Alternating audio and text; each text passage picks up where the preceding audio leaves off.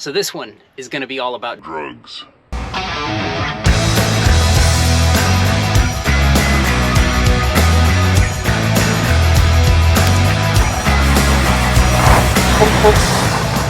I figured it was a good time to do it because this last Friday I got the call telling me that my number had been selected and it was time for me to come in and do a drug test. So I thought I'd break down the difference between like drug testing consortiums, and finally the Drug and Alcohol Clearinghouse. So the drug testing is exactly what it sounds like. I found a local doctor, I paid them $100 to sign up into their program, and then every time I'm randomly called, I pay $50 a test. That doctor is then enrolled in what is called a drug testing consortium.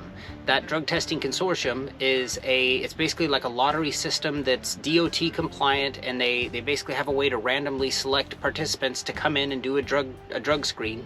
And you know, they can call me any day, 365 days a year, and I have to show up at one of their facilities. Now when I'm in town, like I was this last Friday, I just show up to my local doctor. But the consortium that they're part of, they have sites nationwide. I mean, thousands of sites, because let's be realistic, I'm not home all the time. The mistake that I almost made when I was getting my authority active was I thought that just the doctor and the drug testing consortium were it. I thought I was done. I'm doing the drug tests, great.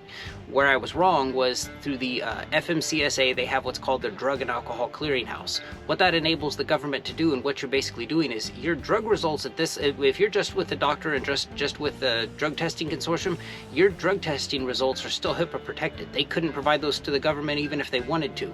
The Drug and Alcohol Clearinghouse enables, and basically you're signing a HIPAA release saying, yes, government, FMCSA, whatever you want to call it, you are entitled to know my drug testing results in real time. So the Drug and Alcohol Clearinghouse is essential. You have to do it to be in good standing with the FMCSA, but basically what you're doing there is giving the government a HIPAA waiver that they're entitled to that information.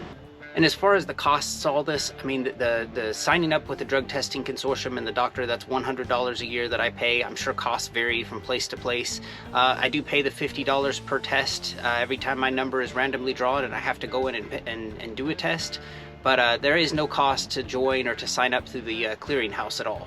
Now the record keeping portion of this is where I try to excel at. I've seen a lot of YouTube videos, guys getting put out of service for not having, you know, the proper documents, proper records kept on their drug testing results.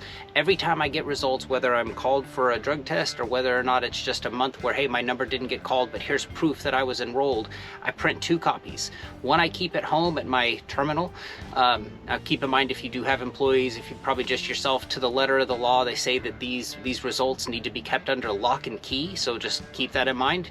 If they show up to audit your home office, just be sure it's behind lock and key. The other copy I printed out here, I keep in the folder in my truck, the same folder that I keep like my cab card, my insurance documents, my letter of authority. I keep 2 copies all the time. Every time I get a new one, it's there.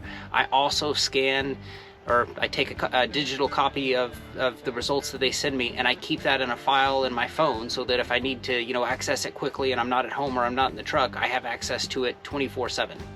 I hope this video straightens out. I mean, there's a lot of talk of, you know, drug testing consortium, drug and alcohol clearinghouse, and sometimes these terms are used, you know, over one another or in place of one another, and really they are 3 separate things, but, you know, having an understanding of what each one does and how each one works with the next helped me a lot. So as always, I hope this video serves you well. Thank you for watching. Take care.